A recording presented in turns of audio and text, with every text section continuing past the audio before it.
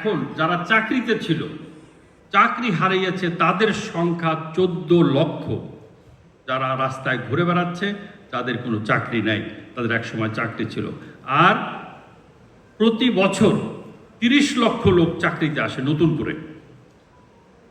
1,20,000 লোক সরকার, আধা সরকারি, স্বায়ত্তশাসিত সরকারিতে নিয়োগ করে, 8 লক্ষ লোক বিদেশে যায়, 8-10 লক্ষ লোক প্রাইভেট সেক্টরে, আর বাকিটা বেকার থাকে। প্রাইভেট সেক্টরে নতুন করে কোনো বিনিয়োগ হচ্ছে না, আর যার কারণে এমপ্লয়মেন্ট হচ্ছে না, আনএমপ্লয়মেন্ট রেট বেড়ে যাচ্ছে। হানিফ সাহেব, আমাকে একটু যদি সময় চলে যায় আমাকে বলেন। সরকার পরিচালনা করছেন, সরকার কিন্তু রেভিনিউর থেকে তিনি সব কিছু করতে পারছেন না।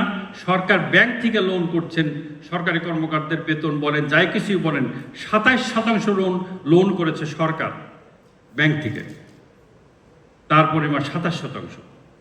আমাদের একটু ভালো দিক হচ্ছে রপ্তানি প্রবৃদ্ধি 7%, এবং ওয়েজ আন্ডার একটু ভালো অবস্থায় আছে, 26% দেখা যাচ্ছে। গত বছর ওয়েজ আন্ডারটা ভালো করেছে রপ্তানি, আর সমস্ত ইন্ডিকেটর কিন্তু নেগেটিভ। এখন আমার দেশে বিনিয়োগ হচ্ছে না, কর্মসংস্থান হচ্ছে না। আমার প্রতিবেশী দেশগুলো কি করছে আপনাদের সামনে আমি একটু তুলে ধরতে চাই।